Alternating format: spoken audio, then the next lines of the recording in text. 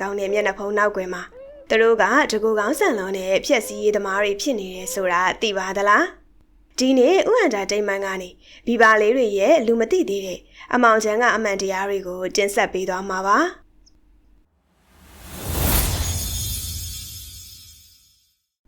ဘီဘာတွေဆယ်ဆောက်တယ်ဆိုတာကတခြားသတ္တဝါတွေအတွက်လုံးဝမဟုတ်ပါဘူးသူတို့ရဲ့တကူရေးတာယာဝပြုံးမှုအတွက်ပဲဖြစ်ပါတယ်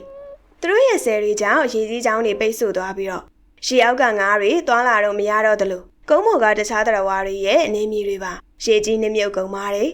သူတို့ရဲ့အင်္ဂလိပ်လုံခြုံဖို့အတွက်ဆိုရင်ဂေယစနစ်တစ်ခုလုံးပြည့်စည်သွားပါစေလုံးဝဂယုမဆိုင်တတ်တဲ့အတ္တသမားလေးတွေပါဘီဘာတကောင်ဟာတစ်နှစ်ကိုတစ်ပင်ပေါင်း200ကျော်အထိလဲပြစ်နိုင်ပါတယ်သူတို့ရဲ့သွားတွေဟာအတန်ကြီးတက်နေတဲ့လွှာဆက်တွေလိုပဲတောင့်တင်းခိုင်မာပြီးတော့တစ်ပင်တစ်ပင်ကိုမိနစ်ပိုင်းအတွင်းလဲကျသွားအောင်လုပ်နိုင်စွမ်းရှိပါတယ်ဒါဟာတစ်တော်တွေပြုံးတီးဖို့အတွက်တဘာဝကပေးထားတဲ့ဖြည့်စည်းရေးလက်နက်တစ်ခုပါသူတို့လှည့်ပြလိုက်တဲ့တစ်ပင်တွေအောက်မှာတခြားသတ္တဝါလေးတွေပြီးမိပြီးတော့သေဆုံးရတာမျိုးကသူတို့အတွက်တော့အမှုမထားတဲ့ကိစ္စတစ်ခုပါသူတို့ကိုအန္တရာယ်မရှိဘူးလို့လည်းမထင်လိုက်ပါနဲ့ဘီဘာတွေဟာသူတို့ရဲ့နေမြေကိုကျူးကျော်လိုက်ရင်ဘသူ့ကိုမဆိုရမ်းမှုတတ်ပါတယ်သူတို့ရဲ့ချက်မြက်တဲ့သွားတွေနဲ့ကိုက်လိုက်ရင်သွေးကြောကြီးကိုပြတ်တောက်သွားစေနိုင်တဲ့အထိပြင်းထန်ပါတယ်တကယ်တော့ဘီဘာတွေကြောင့်